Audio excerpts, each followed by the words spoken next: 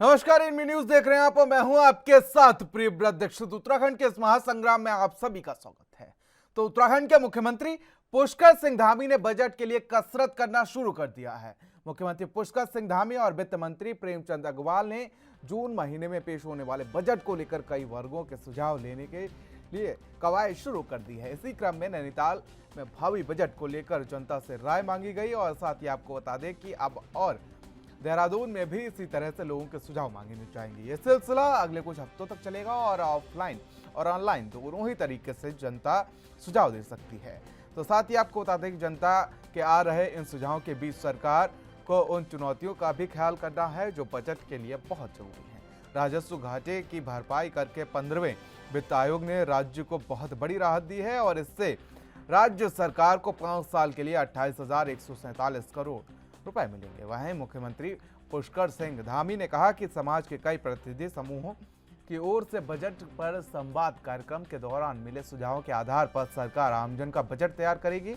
यानी सीएम धामी ने फिर अपने अनोखे अंदाज से साबित कर दिया कि वो जनता के हितों का बराबर ख्याल रखते हैं। एक तरफ जहां सीएम धामी कि इस पहल से जनता खुश है, वहीं राजनीतिक दल भी इसे अच्छा बता रहे हैं। कांग्रेस का कहना है कि अच्छी पहल है, लेकिन बीजेपी विधायकों के ऊपर कांग्रेस यह आरोप भी लगा रही है कि बीजेपी विधायकों में कोई विजन नहीं है। वहीं कांग्रेस ने यह भी तंज कसा है कि बीजेपी विधायकों का ध्यान तो इस ओर है नहीं। साथ ही इसलिए जाहिर तौर पर सरकार जनता की राय से चलेगी और चलना भी चाहिए, क्योंकि बजट जनता के लिए होता है। आम आदमी पार्टी का कहना है कि सरकार को 5 साल में ये तक नहीं पता चला कि कितने कहां कितने मद में जनता को बजट की आवश्यकता है। अब सरकार जनता की राय लेकर बजट पेश करने की शिगुफा छोड़ रही है। जून में बजट पेश होना है, जो प्रतिनिधियों और जनता के अलावा हर तबके के कारोबारियों के राय के बाद तैयार किया जाएगा। अब देखने वाली बात यह होगी कि पेश होने वाले बजट में जनहितों का कितना ध्यान रखा जाता है।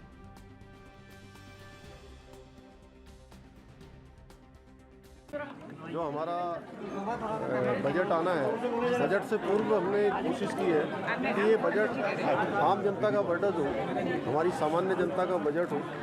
उस बजट में सभी के सुझाव आ जाए, क्योंकि विभिन्न जो हमारे प्रतिनिधिगण हैं, उद्योग समूह से, कृषि समूह से, उद्यम समूह से, सभी समूह के लोगों को हमने यहाँ पर बुलाया है। होटल वालों को, हमारे जो है परिवहन वालों को, व्यापार मंडल वालों को, कृषि क्षेत्र में काम करने वालों को, दुग्ध संघों में काम करने वाले, कोई सेक्टर ऐसा नहीं है इस सेक्टर को। और हमारे जो जनप्रतिनिधिगण हैं, स्थानीय निकाय के हैं, जिला पंचायतों के हैं, समाज के जो प्रतिनिधित्व करने वाले हर वर्ग के लोगों से हमने अपने सुझाव लिए और उन सुझावों के आधार पर हम आगे बढ़ेंगे कि जिससे हमारा राज्य जो है 2025 आते आते एक आदर्श राज्य के रूप में जाना जाए, अग्रणी राज्य के रूप में जाना जाए, श्रेष्ठ राज्य के रूप में जाना जाए और माननीय प्रधानमंत्री जी की कल्पना अनुसार हम हिंदुस्तान के श्रेष्ठ राज्य बने।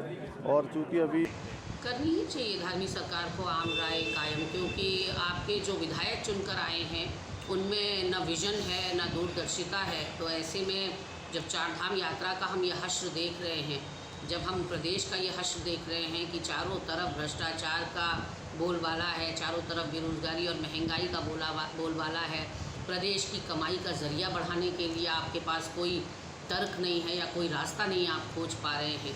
ऐसे में शराब की दुकानें ना खोले जाने को लेकर आप अधिकारियों को पेनलाइज कर रहे हैं। तो कहाँ से बजट के लिए सुझाव आएंगे आपके विधायकों से? क्योंकि विधायकों का कितना काबिलियत है वो तो हमने सबने देख लिया। अब ऐसे में आम जनता ही केवलहार बनकर मुझे लगता है सामने आएगी और वही आपको कोई आउट ऑफ बॉक्स थिंकिंग देगी, जिसके चलते आप आम बजट को एक स्वरूप दे पाएंगे। और निश्चित तौर पर उसकी भागीदारी इसमें होनी चाहिए, क्योंकि बजट आम आदमी के लिए है, तो उसकी राय बिल्कुल ली जानी चाहिए। इस तरीके से हमारे सीएम धामी साहब कह रहे हैं कि हम जनता की रायशुमारी से अपना बजट बनाएंगे, इससे साफ जाहिर होता है कि सरकार और जनता के बीच में कितनी दूरी है। पिछले 5 साल से बीजेपी की सरकार थी और सरकार को 5 सालों में ये नहीं पता चला कि जनता को कहाँ किस मद में कितने बजट की आवश्यकता है। यानी कि आपको जनता जो बिल्कुल ग्राउंड लेवल पर जो जनता है, जो लोग हैं, उनकी समस्याओं के बारे में आपको ज्ञान नहीं है। और अब आप 6ठे साल में आप लोगों ने ये शगुफा छोड़ दिया है कि हम जनता की रायशुमारी करके हम लोग बजट बनाएंगे। बड़ी ही विडम्बना हमारे उत्तराखंड की है कि यहाँ के नेताओं को जनता की जो मूलभूत समस्याएँ हैं, जो मूलभूत प्रॉब्लम्स हैं, जो मूलभूत ज़रूरतें हैं उनका ज्ञान नहीं है। और इस तरीके की बात करके कि जनता से पूछकर बजट बनाएंगे, मैं समझती हूँ मानसिक दिवालियेपन का प्रतीक है सीएम धामी जी के। इसके अलावा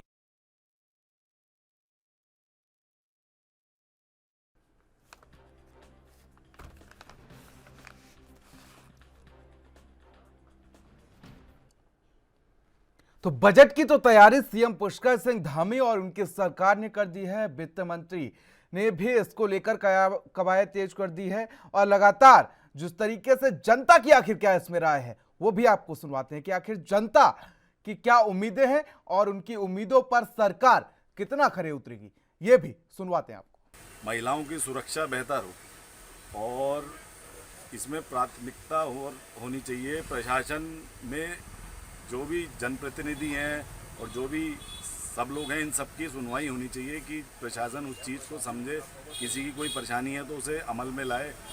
और प्राइवेट स्कूल के प्रति एक नकेल कसनी चाहिए ताकि इसमें कुछ नियम बेहतर हो सके। ये लोग बेवजह शुल्क लगा के जनता को लूटते हैं, फिर जनता परेशान होती है। थोड़ा सा इस चीज़ पे ध्यान देना चाहिए। मुख्यमंत्री जी से मेरा यही अनुरोध है। धन्यवाद। ऐसा पहली बार देखा है कि जो मुख्यमंत्री उत्तराखंड की जनता से राय मांगी है बजट में, तो हमें पूर्ण विश्वास है कि माननीय मुख्यमंत्री जी जो बजट पास करेंगे वो उत्तराखंड की जनता के लिए बहुत सौभाग्य विषय होगा। और हम अब के भारतीय जनता पार्टी पहली बार मतलब जो सरकार है हमारी पुष्कर सिंह धामी ने जो 2022 का बजट पास होना है, पहली बार बहुत अच्छी बात उन्होंने कही है। उसमें कोई पॉलिटिक्स वगैरह नहीं कि पब्लिक की सलाह जो होगी, जितने भी लोग जिस चीज़ को कहेंगे उसके ऊपर ही बजट पास किया जाएगा। ये नहीं कि अपनी मर्जी से ये इस चीज़ के रेट बढ़ा दिए, उसके रेट बढ़ा दिए। जिसमें पब्लिक खुश होगी उसी के हिसाब से बजट पास होगा। ये पुष्कर सिंह धामी की एक बहुत बड़ी योजना है जो आगे तक चलेगी और आने वाले टाइम में जो ये बजट है ऐसे ही होगा जिससे पब्लिक बहुत खुश रहेगी और जनप्रतिनिधि बड़े खुश होंगे। ये जून में जो बजट पास होना है और सुनने में आया है कि धामी सरकार इसमें जनता की राय शुमारी ले रही है, ये बहुत अच्छी पहल है। और अभी तक उत्तराखंड में जितनी सरकारें बनी हैं, अभी तक ऐसा नहीं हुआ था कि किसी सरकार ने जनता की राय शुमारी के आधार पर बजट बनाया हो। अगर ऐसा होता है तो बहुत कुछ आशाएं हैं इस सरकार से कि जनता के हितों में काम होंगे। यहाँ स्वास्थ्य की बहुत ज़रूरत है, स्वास्थ्य सेवाओं की, बच्चों के रोज़गार की, उद्योग धंधों की, पर्यटन को बढ़ावा देने की। आशा करते हैं कि इन सब पर जो रायशुमारी के बाद में बजट बनेगा वो जनता के हित में होगा और अच्छा बजट बनेगा।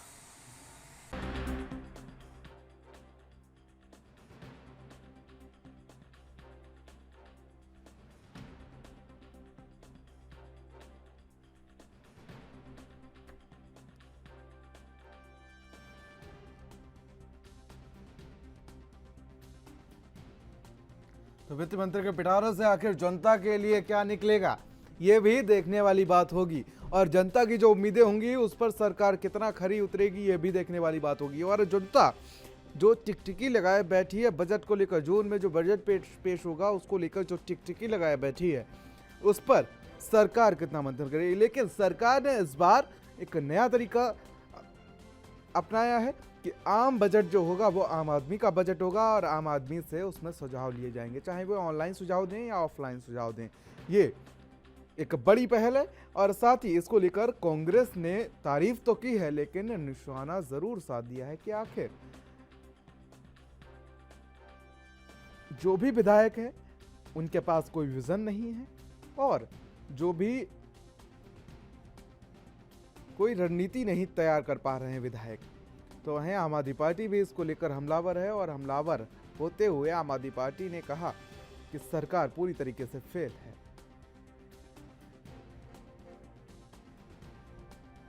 तो आम बजट के पेश होने के बाद क्या महंगा होगा और क्या सस्ता होगा, ये भी देखने वाली बात होगी।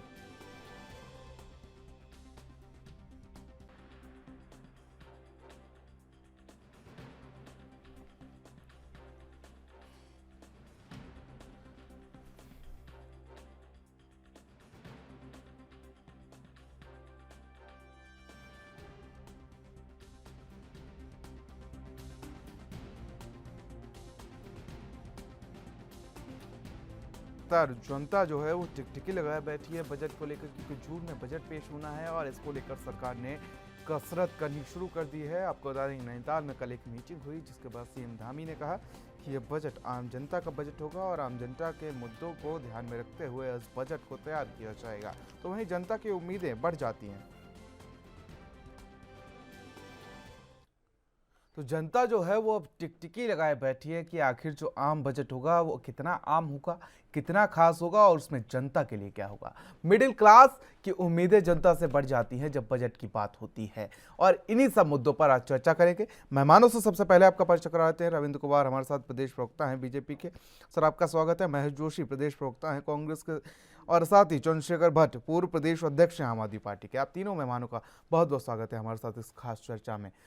चलिए महेश जोशी जी, इस चर्चा की शुरुआत मैं आपसे करना चाहूँगा और आपसे समझना चाहूँगा कि आखिर आप तारीफ तो करते हुए नजर आ रहे हैं, लेकिन एक तरफ आप तारीफ करते हैं, दूसरी तरफ आप सवाल उठा रहे हैं उस जनता के निर्णय पर जिन्होंने विधायकों को चुना, जिन्होंने अपने प्रतिनिधियों को चुना, क्योंकि आप कहते हैं कि उन्हीं प्रतिनिधियों के पास कोई विजन नहीं है। इस तरह की कोई बात नहीं है। तो स्वागत योग्य है जिस तरह से मुख्यमंत्री जी ने कहा है कि ये बजट पे आम जनता की राय दी जाएगी, लेकिन इस पे ईमानदार पहल होनी चाहिए। अगर ये ईमानदार पहल हो जाती है, हर वर्ग के व्यक्ति से बात की जाती है, हर वर्ग की राय ली जाती है, तो निश्चित रूप से बजट बहुत अच्छा हो जाए जिसका लाभ प्रदेश की जनता को मिलेगा। तो लाभ तो मिलेगा, लेकिन आप विधायकों पर सवाल उठा रहे हैं और विधायकों पर सवाल उठाने के साथ साथ आप जनता पर भी सवाल उठा रहे हैं जिन्होंने अपने प्रतिनिधियों को चुना है।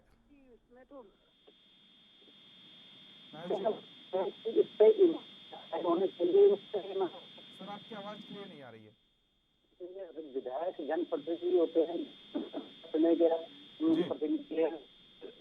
जानकारी करना है, क्या करना है,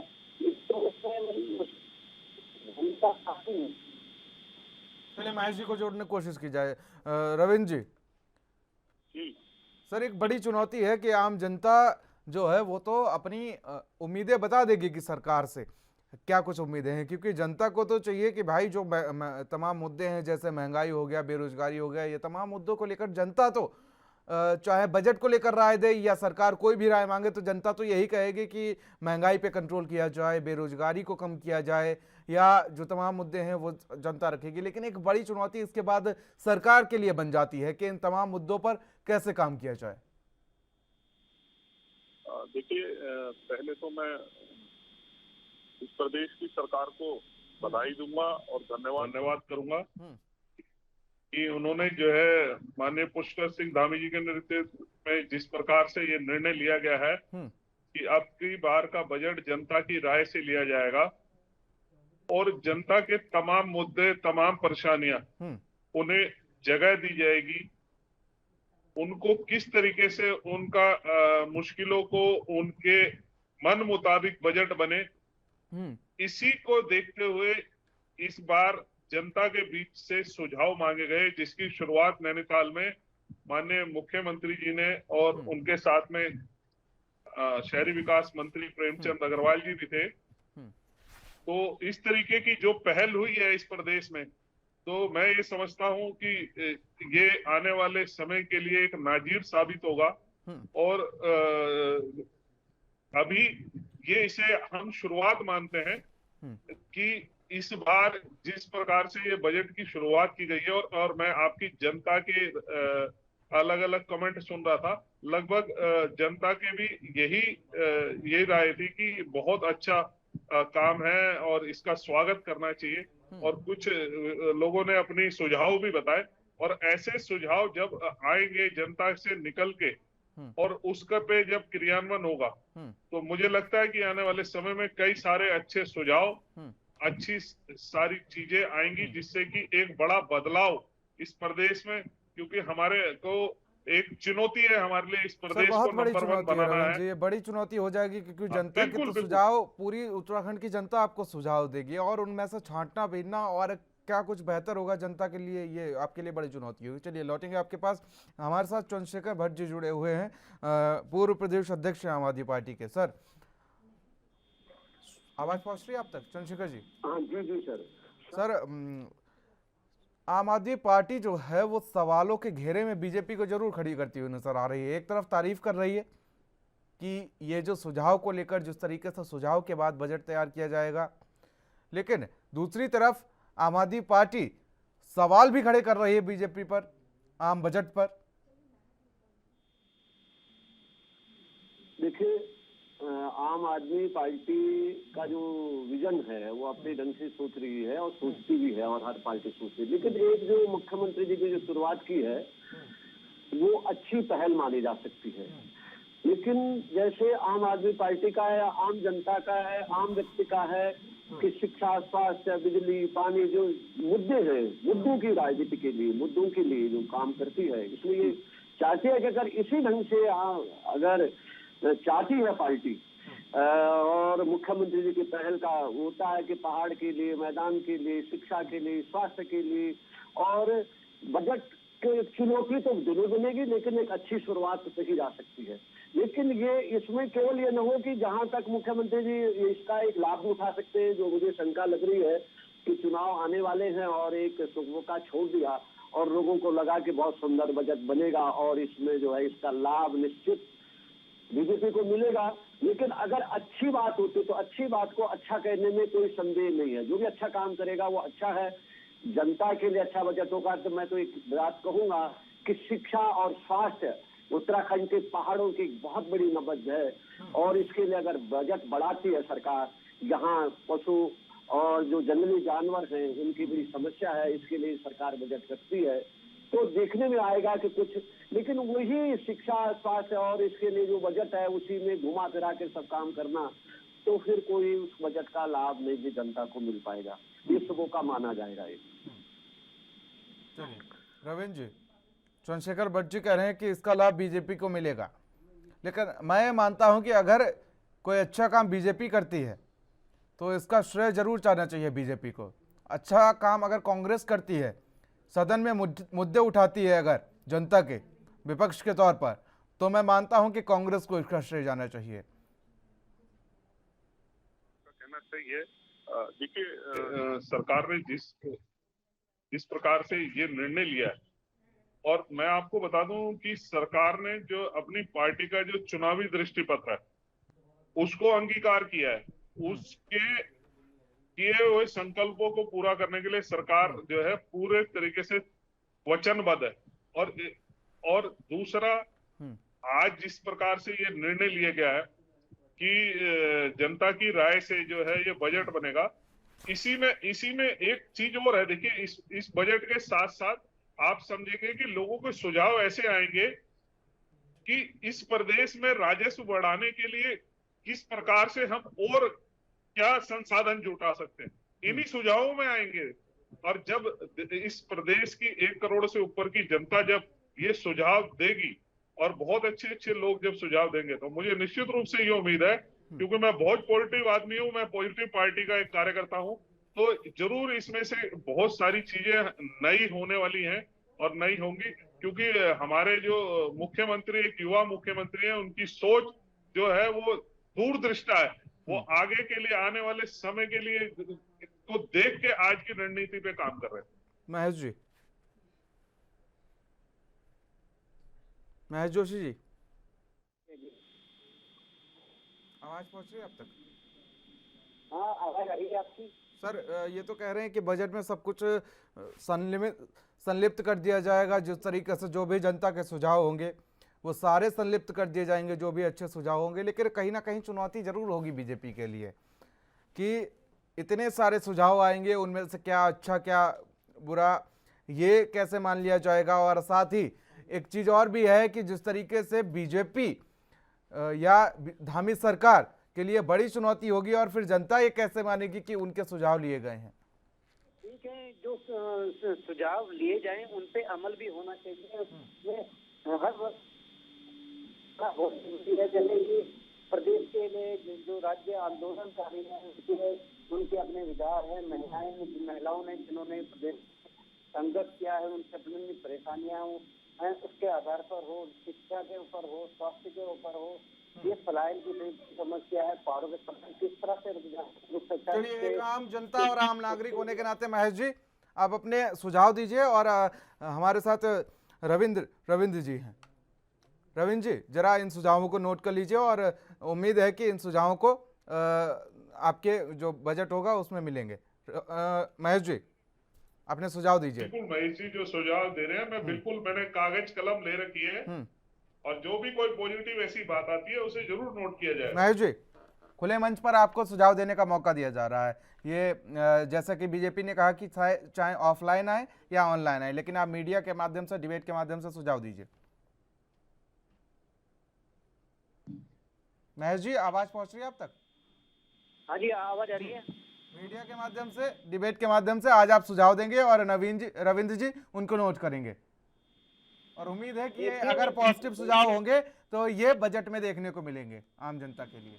देखिए, जिस तरह से उत्तराखंड राज्य का निर्माण हुआ, उसमें जो जो मांगे थी हमारी, उसमें प्रमुख जो मांगे थी, एक तो रोजगार की समस्या है, रोजगार को लेकर हो, और क्या आपका शिक्षा के क्षेत्र में हो, पहाड़ों की शिक्षा की स्थिति बद से बदतर होती जा रही है, उसमें किस तरह सुधार किया जा सके। भवन निर्माण है, पर भवनों की स्थिति बहुत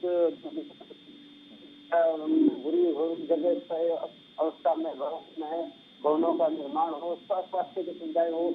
आज देखिए कि पहाड़ में महिलाओं के प्रसव सड़कों पर हो जा रहा है, उस पर रोक लगनी चाहिए। किस तरह से स्वास्थ्य सर्विस बेहतर हो सके, प्राथमिक स्वास्थ्य के लिखने में भी दिक्कत नहीं होगी उन्हें, थोड़ा सा आराम से। जी जी, जो प्राथमिक स्वास्थ्य केंद्र है या जिला स्वास्थ्य केंद्र है, उसको उसमें सुविधाएं बेहतर की जाए, यही मुख्य सुझाव है। चलिए, चंद्रशेखर भट्ट जी, रविंद्र जी, जरा चंद्रशेखर भट्ट जी का नाम डाल लीजिए अपनी लिस्ट में और इनके भी सुझाव ले लेते हैं। बिल्कुल बिल्कुल बिल्कुल। चंद्रशेखर भट्ट जी। जी सर, जैसे मैं पहले बता चुका करा दीजिए। जी सर, मैंने पहले भी जैसे बताया कि निस्संदेह आप अच्छा काम करेंगे तो इसका लाभ निस्संदेह जो है पार्टी को होता है। लेकिन इन सुझावों में जो देखने के मिल रहा है, 22 सालों में जो अभी तक हुआ है वो तो कुछ दिखने के लिए नहीं मिला। लेकिन पहली बार आप हमारे सुझाव अगर मानते हैं तो शिक्षा का बजट बढ़ना, पहाड़ों में शिक्षा का बजट इतना बुरा हाल है सरकारी स्कूलों का कि गणित, भौतिक और इन विषयों के जो है, जो विज्ञान वर्ग के जो विषय के हैं या कला संकाय के, उनके अध्यापक नहीं मिलते, लेक्चरर नहीं रहते हैं, एक प्रधानाचार्य रहता है। इसी प्रकार से स्वास्थ्य का डॉक्टर नहीं आते पहाड़ों में, क्यों नहीं आते हैं, उनकी सुविधाएं होती है या क्या कारण है कि अभी तक जो है शिक्षा के बारे में, स्वास्थ्य के बारे में जो मूल समस्याएं हैं। एक बहुत बड़ी समस्या पहाड़ों के अंदर कृषि के लिए सब कुछ काम होता है, लेकिन जंगली जानवरों का, बंदरों का इतना बड़ा आतंक है कि न तो कोई इसको कहता है और न कोई इसको रखता है। इस पर भी बजट जाना चाहिए सरकार का। तो मैं, क्योंकि पहाड़ में रहने के नाते मैं यही बात रखूंगा कि पहाड़ों के लोगों ने जो कुर्बानियां दी थी, यहाँ के लोगों ने जो उत्तराखंड बनने की जो मूल अवधारणा थी कि पहाड़ के में पलायन रुकेगा, ये पलायन बड़ा है बड़ी गति से, और उसको सरकार चाहती तो निश्चित रूप से रोक सकती है। रोजगार नहीं है, और रोजगार नहीं होगा तो आदमी गांव से बाहर निकलेगा, और रोजगार ठेकेदारों के लिए है, रोजगार कुछ चंद चमचों के लिए कहेंगे या आम ठेकेदारों के लिए कहेंगे। ये परंपरा कांग्रेस बीजेपी में बनी आई है। अगर इस पर कुछ लगाम लगती है, कुछ एक छोटी सी बात कहूंगा, मैं वैसे कहनी नहीं चाहिए कि ठेकेदार इतने प्रभावशाली है कि अगर आपने शराब की दुकानों पर आपको ब्रांडेड चीज चाहिए, नहीं मिलेगी। क्यों नहीं मिलेगी? कोई किसी को चलाता है, कोई किसी को चलाता है। आप जो है जनता को सुविधा नहीं दे सकते हैं। तो अगर आप इन छोटी छोटी चीजों पर जो आपका अधिकारी है जो करप्शन कर रहा है उसको आप नहीं रोक सकते, आपका जो विधायक करप्शन कर रहा है उसको रोकेंगे तो आपका ये भू माफिया, भवन माफिया और ये जो यहाँ का जो संसाधन के माफिया है जो विशेष करके, तो उस संसाधन के माफियाओं पर अंकुश होना चाहिए। वो सरकार के खजाने में जाना चाहिए। सरकार के खजाने में जाता ही नहीं है। तो सरकार के खजाने में जब तक पैसा नहीं बढ़ेगा, और सरकार के खजाने में पैसा तब बढ़ेगा जब आप सरकारी संसाधनों को गिरवी रखने या अन्य प्रकार से उनका लाभ उठा पाएंगे। और यहाँ की शिक्षा और स्वास्थ्य दो बड़ी समस्या है, इन पर जरूर विचार करना चाहिए। चलिए रविंद्र जी, अब एक सुझाव मेरा भी है, क्योंकि उत्तराखंड का नहीं, उत्तर प्रदेश का निवासी जरूर हूँ। तो मेरा मानना है कि उत्तराखंड के में जो परेशानियां हैं या जो चुनौतियां हैं, बीजेपी के लिए लगभग 10 से 12 साल राज किया है आपकी पार्टी ने, लेकिन अगर उत्तराखंड की बात कर ली जाए तो उत्तराखंड में पहाड़ों की तरह परेशानियां भी ऊंची ऊंची हैं। रविंद्र जी मानते हैं ना इस बात को? और उसी के साथ चुनौतियां बढ़ जाती हैं बीजेपी के लिए। हालांकि पिछले 5 साल आपने काम तो किया है, लेकिन कहीं ना कहीं जो छूट गया है, जो आपके ऊपर सवाल तमाम उठ रहे हैं, चाहे उसमें स्वास्थ्य सुविधा हो। 4 धाम यात्रा में हमने देख लिया है लगभग 35 लोगों की मौत हुई है अभी 6 मई से। मानेंगे नहीं आप, क्योंकि आप कहेंगे वो तो हार्ट अटैक से हुई है, लेकिन कहीं ना कहीं स्वास्थ्य सुविधाएं अगर मौके पर मिल जाती तो ये आंकड़े जरूर कम किए जा सकते थे। रविंद्र जी, अगर स्वास्थ्य सुविधाएं उनको समय पर मिल जाती तो कहीं ना कहीं आंकड़े जरूर कम किए जा सकते थे।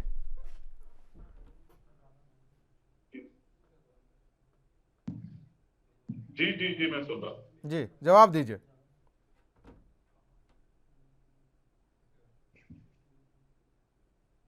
रविंद्र जी जवाब दीजिए। जी सर सवाल सुना आपने मेरा? जी मैंने आपका सुझाव सुना है सर। जी देवव्रत जी बिल्कुल आपके सुझाव सुने हैं और मैंने सबके सुझाव लिखे भी हैं। और ये अच्छा है कि जब प्रत्येक नागरिक और पत्रकार तो वैसे पूरे देश का नागरिक होता है, वो है तो कहीं भी सुझाव दे सकता है। और आपके सुझावों पे जिस प्रकार से सरकार के माध्यम से ऑफलाइन ऑनलाइन और इसी तरीके के जैसे नैनीताल में एक लगाया, और मेरे द्वारा जो लिखे गए इन्हें जरूर मैं माननीय मुख्यमंत्री जी तक आपके सुझावों को जरूर पहुंचाने का ये काम करूंगा कि इस तरीके की आने वाले समय में जिससे कि आम लोगों का जो बजट बने उनमें ये सब चीजें सम्मिलित की जाए। लेकिन रविंद्र जी, ये अभी जिस तरीके से कांग्रेस के प्रवक्ता और आम आदमी पार्टी के पूर्व प्रदेश अध्यक्ष ने जो ये तमाम चीजें आपको लिखवाई हैं, मैं मानता हूं कि ये तो मूलभूत सुविधाएं हैं रविंद्र जी, मूलभूत सुविधाएं हैं, और इन्हीं सुविधाओं से अगर वंचित रह गए जिसके चलते ये सवाल उठाए जा रहे हैं। देखिए मैं जहां तक मूलभूत सुविधाओं की बात है, भारतीय जनता पार्टी पहली ऐसी सरकार बनी जिसने 5 लाख रुपए का हर एक व्यक्ति को इस प्रदेश में सबको जो है आयुष्मान योजना के अंतर्गत इलाज मुफ्त दिया। तो ये एक, मैं इसे कह रहा हूं, ये स्थिर नहीं है, ये एक शुरुआत है और आने वाले समय पे इसकी सुविधाओं को और बढ़ाया जाए, ऐसे सुझावों को इसमें सम्मिलित किया जाए। तो ये एक शुरुआत है, लेकिन ये श्रेय भी हम ही लोगों पे जाता है कि सुविधा चिकित्सा में आज से पहले कभी भी किसी आम नागरिक को एक सरकारी अस्पताल के अलावा उसे कहीं कोई जगह नहीं मिलती थी। आज प्राइवेट अस्पताल में भी कई सारे जो उत्तराखंड सरकार के हैं उसमें आयुष्मान योजना के अंतर्गत उसका इलाज फ्री हो जाता है। ऐसी केंद्र द्वारा भी आयुष्मान योजना है जो गरीब लोगों के लिए है, जिनमें 5 लाख रुपए का इलाज मिलता है।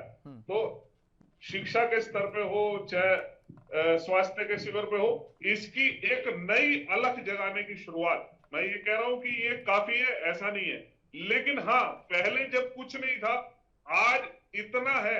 आज लाखों हजारों लोगों को, मतलब बीसों लोगों को तो मैं जानता हूं ऐसे गरीब परिवारों को जो मेरे ख्याल से अगर ये आयुष्मान योजना ना होती तो शायद उनके घर का एक इकलौता कमाने वाला भी इस दुनिया में रहता। आज वह इसी का आशीर्वाद है कि भारतीय जनता पार्टी को दोबारा से इतना प्रचंड बहुमत देके सरकार को वापिस हमें यहाँ पे इस प्रदेश की सेवा करने के लिए बिठाया, और आगे भी प्रदेश सरकार माननीय धामी जी के नेतृत्व में जनता की राय के अनुसार इस कार्य को करती रहेगी। रविंद्र जी, मेरा मानना यह है कि जब बजट पेश होने की बात होती है तो मिडिल क्लास जो लोग होते हैं उनकी उम्मीदें जो हैं वो थोड़ी मिडिल क्लास जनता की उम्मीदें थोड़ी सी बढ़ जाती हैं सरकार से। तो ऐसे में मिडिल क्लास की क्या पूरी जरूरतों को ध्यान में रखते हुए बजट तैयार किया जाएगा?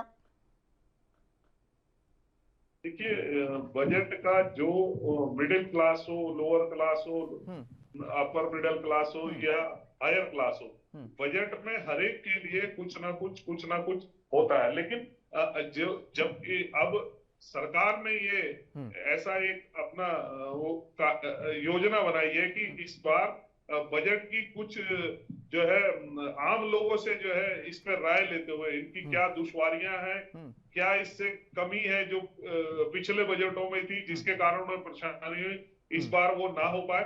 तो ऐसा जब लोगों के माध्यम से सुझाव जाएंगे तो मुझे लगता है कि चाहे वो मिडिल क्लास हो, लोअर क्लास हो, अपर मिडिल क्लास हो, इन सब की परेशानियां दूर करने का काम ये बजट जरूर करेगा। चंद्रशेखर जी। जी सर। जी, सुना आपने कि ये बजट जो होगा इसमें सबके लिए कुछ ना कुछ जरूर शामिल होगा, लेकिन परेशानियों को दूर करने वाला है बजट होगा।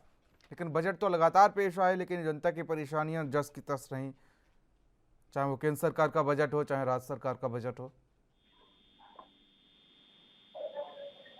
ये तो रहता है सर, जनता की समस्याएं तो कभी समाप्त हो नहीं सकती है। लेकिन अगर जो बात मैं कह रहा हूँ या जनता चाहती है, जो मध्यम वर्गीय लोग चाहता है, जो उत्तराखंड जिन भावनाओं के लिए बना है ना, उन भावनाओं को अगर बीजेपी के लोग समझते हैं तो एक अच्छी शुरुआत कही जा सकती है। जैसे मैंने कहा कि पहाड़ों के लिए उत्तराखंड पहाड़ के लिए बना था, इसमें कोई संदेह नहीं है। और पलायन जो है पहाड़ों में उत्तराखंड बनने के बाद तीव्र गति से बढ़ा है।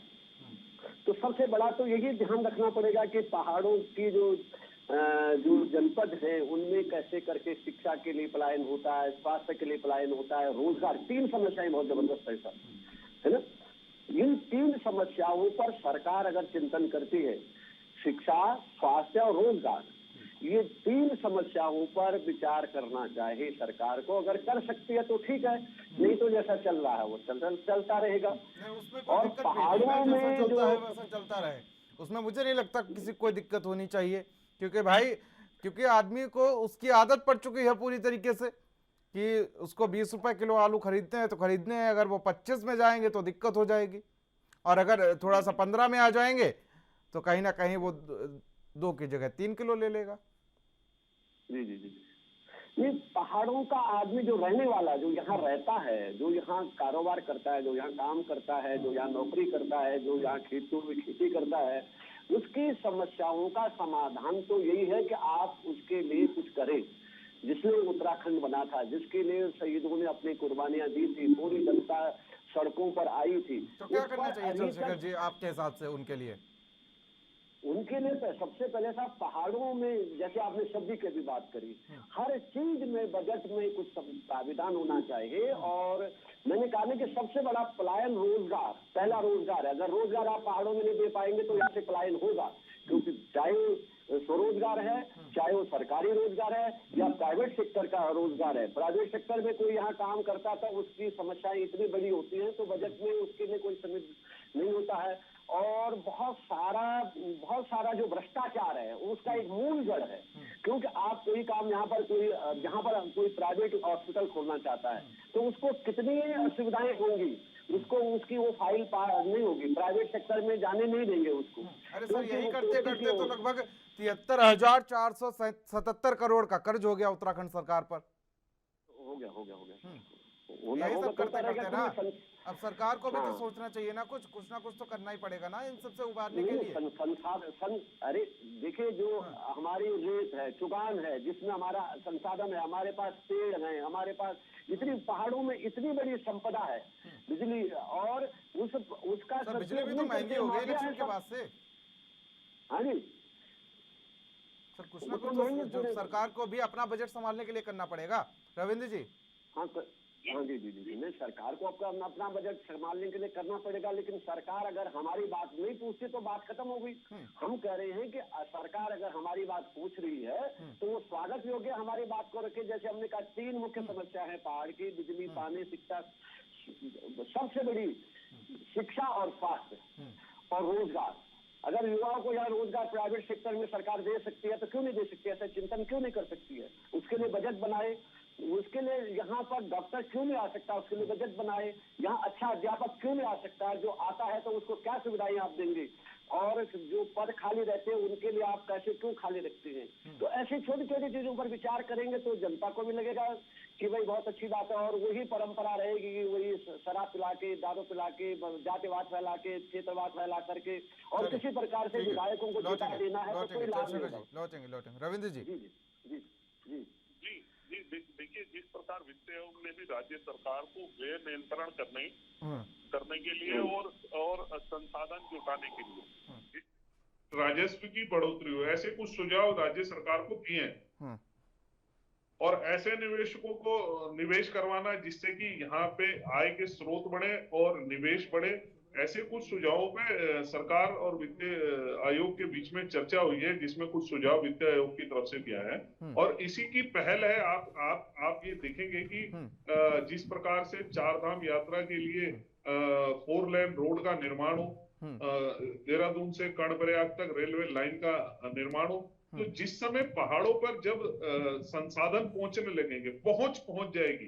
आज से पहले आप देखेंगे तो पहाड़ों पे कनेक्टिविटी इतनी बेहतर नहीं थी, जिसका मुख्य कारण पलायन का यही था कि जब ऊपर रोजगार के ऐसे साधन जो पारंपरिक साधन थे पहले के, जो पुराने चले आ रहे थे, उनमें नई जनरेशन का मन नहीं था। उनको लगता था कि जब शहरों में इतना सब कुछ हुआ है तो कम से कम हमारे यहाँ तक भी पहुंचे। तो उन संसाधनों तक पहुंचाना, और उसकी सबसे बड़ी वजह थी कि कनेक्टिविटी ना होना। आज जिस प्रकार से 4 लेन का सड़कों का निर्माण हो रहा है, पूरा का पूरा जाल बिछाया जा रहा है, और इसी के आप देखेंगे चार धाम यात्रा जिस प्रकार से लोगों का, पूरी दुनिया भर के लोगों का झुकाव चार धाम की तरफ हुआ है। इतने सारे लोग और इतनी यात्री, इतने मतलब धार्मिक यात्रा पे जो लोग आए हैं, तो कहीं ना कहीं ये जिस समय यहाँ के लोग और यहाँ के आसपास गांव और इधर के जब इनको रोजगार की तरफ को इनका झुकाव बढ़ेगा, इतने लोग आएंगे, तो निश्चित रूप से पलायन की समस्या भी कम होगी। और कहीं ना कहीं कुछ ना कुछ ऊपर, जिस प्रकार से सरकार की भी ऐसी योजना है कि ऊपर पहाड़ों पे कहीं ना कहीं यहाँ की जलवायु को ध्यान रखते हुए यहाँ के जो किसी प्रकार का नॉन पोल्यूटेड ऐसे उद्योग ला सके, जिससे कि यहाँ की जो आबोहवा है या पर्यावरण को कोई नुकसान ना हो। तो आगे आने वाले समय पे जरूर निश्चित रूप से आप देखेंगे कि पहाड़ों पे बहुत अच्छे जो है गांव भी एक शहर की तरह चमकेंगे। ऐसी मुझे उम्मीद भी है और ऐसी सरकार की एक सोच भी है और सरकार इस ओर कार्य भी करेगी। महेश जी, सरकार ने तो इतनी सारी प्लानिंग कर डाली, लेकिन उसके बाद भी उत्तराखंड की जनता जो है कहीं ना कहीं पलायन करती हुई नजर आ रही है। स्वास्थ्य सुविधाओं के लिए कोई दिल्ली जा रहा है, कोई लखनऊ पीजीआई आ रहा है, शिक्षा के लिए लोग बाहर जा रहे हैं।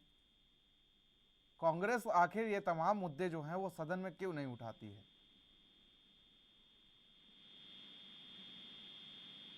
महेश जी,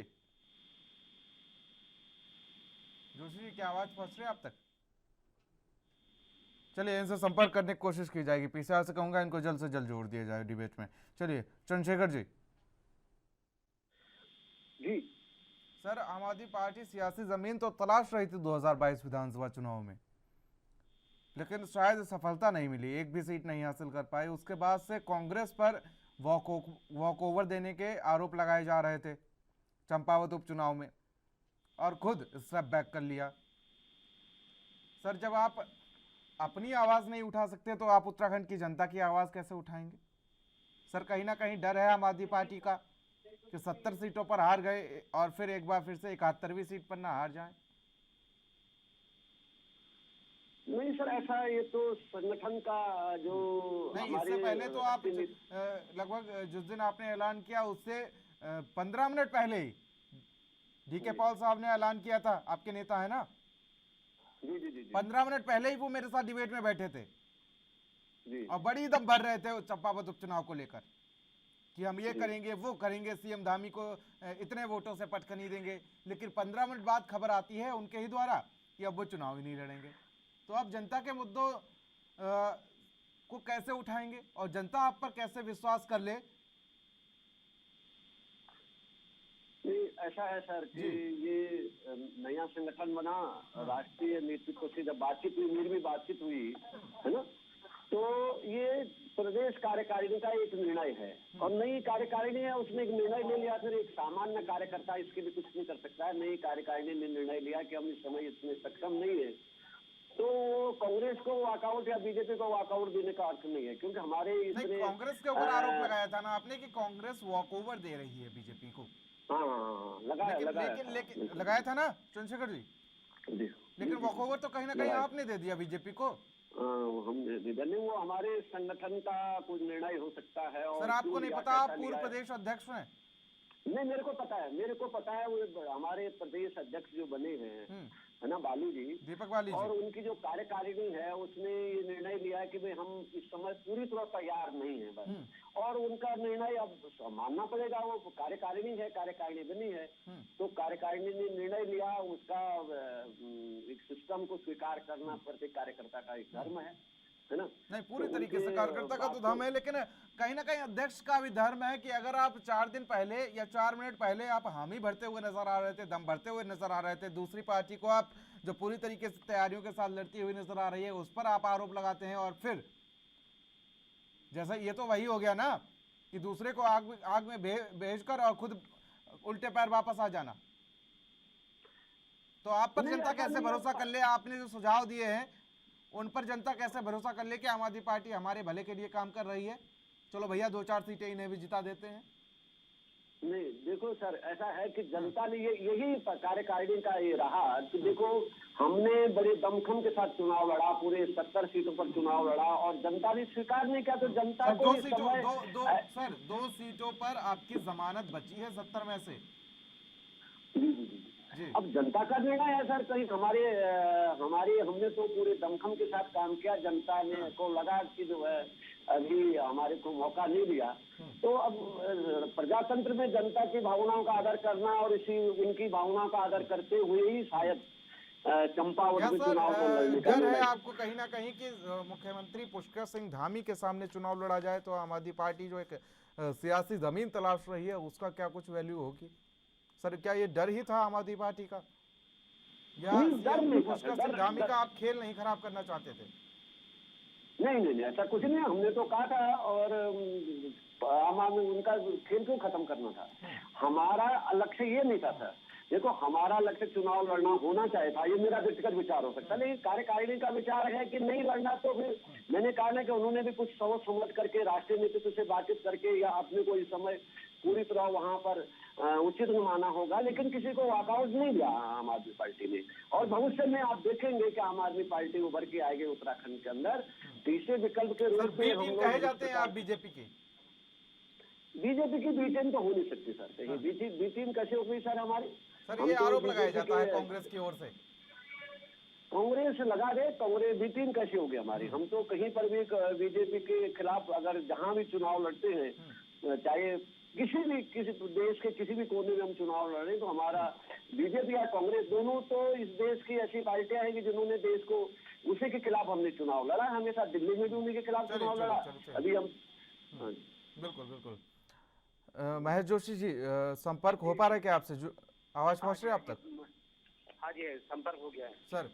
रविंद्र जी तो कह रहे हैं कि सब कुछ ठीक है, और साथ ही चंद्रशेखर भट्ट जी ने तो चंपावत उपचुनाव में इस बार तो आपका खेल नहीं खराब करेंगे, लेकिन इस बार कहीं ना कहीं इनकी फिजा खराब होती हुई नजर आ रही। जिस तरीके से 4 मिनट पहले इनके प्रवक्ता कह रहे थे कि हम पूरे दमखम के साथ चुनाव लड़ेंगे चंपावत में उपचुनाव, और 4 मिनट बाद वो कह देते हैं, खबर आ जाती है, जैसे ही वो डिबेट से हटते हैं वैसे ही खबर आ जाती है कि चुनाव नहीं लड़ेगी आम आदमी पार्टी। लेकिन कैसे भरोसा जता लिया जाए? जनता भी कैसे भरोसा जताए, कांग्रेस पर कैसे भरोसा जताए कि कांग्रेस जो सुझाव देगी वो जनता के बेहतर रूप में होंगे, क्योंकि कांग्रेस तो खुद ही अंतर्कलह से नहीं उभर पा रही है। देखिए, आम आदमी पार्टी से इनका हो हल्ला ज्यादा है, इनमें कोई राजनीतिक सोच है ना कुछ भी इनकी। और जिस तरह से हम ये काम कर रही हैं, तो ये निश्चित रूप से ये भाजपा की बी टीम के रूप में काम कर रही है। लड़ते ना चुनाव, क्या होता है ये एक माहौल तो बनता कि आम आदमी पार्टी मुख्यमंत्री के खिलाफ चुनाव लड़ रही है, लेकिन ये तो मैदान से ऐसे भागे कि जिस तरह से मतलब ये मुख्यमंत्री जी को मतलब अपना समर्थन दे रहे हो। लेकिन बजट को लेकर जो आपने सुझाव दिए हैं उन पर आखिर जनता कैसे भरोसा कर ले, क्योंकि कांग्रेस तो खुद अंतर्कलह से जूझती हुई पार्टी है। हालांकि सदन में इस बार तो आप मजबूत हुए महेश जी। विपक्षी दल है और जो जनता की समस्याएं हैं, जो जनता के लिए लगातार संघर्ष किया है, तो जनता तो कांग्रेस पे ही भरोसा करती है। सर भरोसा कैसे कर लिया सर? आपको तो इस बार नकार दिया ना। ये तो जीत हार तो अलग चीज है, वो तो इसके बारे में तो जनता का फैसला होता है। जनता ने हमें नकार दिया है, कभी वो हमें अपनाती है। और देखिए आप पिछली बार की अपेक्षा हमारी सीटें भी बढ़ी हैं, वोट परसेंटेज भी बढ़ा है, तो ये कहना बेमानी होगा कि जनता ने हमें नकार दिया। ठीक है, जीत हार तो अलग होता है, तो कोई जीतता है कोई हारता है। चलिए रविंद्र कुमार जी बजट पर चर्चा कर लेते हैं थोड़ी सी, क्योंकि चंद्रशेखर जी ने तो इधर उधर भटका दिया था। चलिए रविंद्र जी, बीजेपी के लिए एक बड़ी चुनौती सामने आने वाली है बजट से पहले तक के लिए। वो चुनौती होगी कि आखिर किस सुझाव को शामिल किया जाए, किस सुझाव को नकारा जाए। किस सुझाव तो हर वर्ग के लोग अलग अलग सुझाव देंगे, और अलग अलग सुझावों के साथ बीजेपी के लिए चुनौती जरूर बढ़ जाती है कि किसके सुझाव को ले या किसके सुझाव को ना ले। ऐसे में कैसे बीजेपी इन सभी चुनौतियों से निपटेगी? देखिए, निश्चित रूप से आपने बिल्कुल सही सवाल किया है, लेकिन जिस प्रकार से सरकार ने ये फैसला लिया है, तो उन्होंने कहीं ना कहीं इसको लेके एक अपनी बनाई होगी कि सुझावों को किस तरीके से, किस तरह के सुझावों को कितने लार्ज उस पे लोगों के एक जैसे सुझाव हैं। तो मुझे लगता है कि इस तरीके से कोई ना कोई इन्होंने रोड मैप इसका बनाया होगा और उसी रोड मैप पे काम करेंगे। कोई ऐसा तो है नहीं कि कोई ऐसा शिकूबा की जी छोड़ दिया और ना हो, ऐसा नहीं है। ये भारतीय जनता पार्टी है, यहाँ पे जो भी काम होता है सिस्टमेटिकली होता है, सिस्टम के साथ होता है। और ये निश्चित रूप से आप देखना कि लोगों के जो पॉजिटिव सुझाव और जो इस प्रदेश की जनता के हित में होंगे और सरकार के हित में होंगे, वो जरूर इन सुझावों को जरूर इनका माना जाएगा, उन्हें रखा जाएगा, उन पे काम किया जाएगा। ये आप ऐसे समझिए कि कई बार कुछ चीजें चाहे हम कितने बड़े बुद्धिजीवी हो, लेकिन कई चीजें हमें क्लिक नहीं कर पाती। जब लार्ज स्केल में लोगों के बीच से, जनता के बीच से, क्योंकि बहुत ऐसे हमारे युवा साथी, हमारी बहनें, माताएं, व्यापारी, ट्रांसपोर्टर, ड्राइवर, एक ठेली लगाने वाला, कुछ ना कुछ उनके पास आइडियाज हैं, कुछ सुझाव हैं। तो वो जब सुझाव आएंगे तो उनमें से कौन सा ऐसा सुझाव होगा जो इस प्रदेश की उन्नति के लिए हमारे को रास्ता निश्चित कर सकता है। तो इसीलिए ये परिकल्पना करके माननीय धामी जी ने ये फैसला किया कि जनता से सुझाव बनाए, और निश्चित रूप से ऐसी कोई रोड मैप होगा, ऐसी कोई व्यवस्था होगी जिससे कि ऐसे अच्छे सुझावों को निकाल के उनको अमल किया जाए। चलिए रविंद्र जी, ये तो चुनौती होगी, लेकिन 77,000 करोड़ का कर्ज उत्तराखंड की सरकार पर है, ये भी एक बड़ी चुनौती हो जाएगी। देखिए, निश्चित रूप से कर्ज बड़ा है, लेकिन इसके ऊपर मैंने अभी आपको इससे पहले जब मैंने अपना दिया कि वित्त आयोग से इस और सुझाव भी मिले हैं राज्य सरकार को कि अपने जो है वित्त जो व्यय है उन्हें नियंत्रण करें और नए संसाधनों की तलाश करके उन्हें कुछ सुझाव भी दिए, नए संसाधन, जिससे कि राजस्व की आय जो है यहाँ की बढ़े, जिससे कि कर्ज को कम करने के लिए कहीं ना कहीं इसका अतिरिक्त भार क्या उत्तराखंड की जनता पर पड़ेगा? देखिए, निश्चित तौर पे जब कर्जा बढ़ता है तो भार तो सभी पे पड़ता है, लेकिन सर और समस्याओं का सामना करना पड़ेगा उत्तराखंड की जनता को।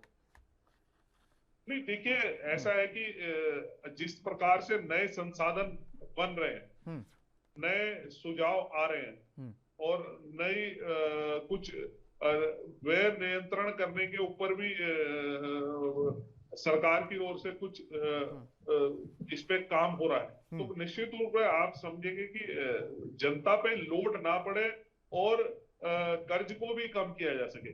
इस तरीके की योजना पे सरकार जरूर कोई ना कोई काम कर रही होगी, ये मेरा मानना है और सरकार इसमें ऐसा काम करेगी। महेश जी, निश्चित रूप से जिस तरह से प्रदेश की अर्थव्यवस्था चरमरा गई है, आज के समय में सरकार के पास कर्मचारियों को सरकार को किसी न किसी तरह से अपने आय के साधन बढ़ाने होंगे। बिना इसके तो हर बार आप कर्ज लेते रहेंगे, अपने वित्त व्यवस्था करते रहेंगे। अब देखिए कि सुनने में आए कि प्रदेश सरकार हेलीकॉप्टर लेने की सोच रहा है कि प्रदेश को हेलीकॉप्टर की जरूरत है। पहले मूलभूत आवश्यकता तो बंदो साधन बढ़ाइए, तो आप हेलीकॉप्टर क्या, आप बड़ा जहाज ले लीजिए, लेकिन जब तक आपके आय के साधन नहीं होंगे तब तक प्रदेश का विकास किस तरह से होगा, ये सोचनीय विषय है। चलिए चंद्रशेखर जी, एक कमेंट आपसे भी ले लेता हूँ जाते जाते।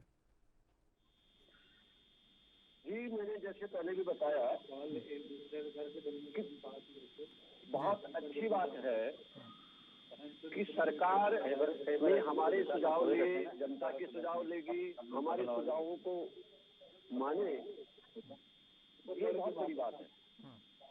और हम ये चाहेंगे कि जैसे इतना कर्जा, जैसे भी हेलीकॉप्टर की बात आ रही है, बहुत सारे संसाधन वाले लोग हैं, बहुत ज्यादा हमारे संसाधन हैं, उनको बढ़ाना पड़ेगा।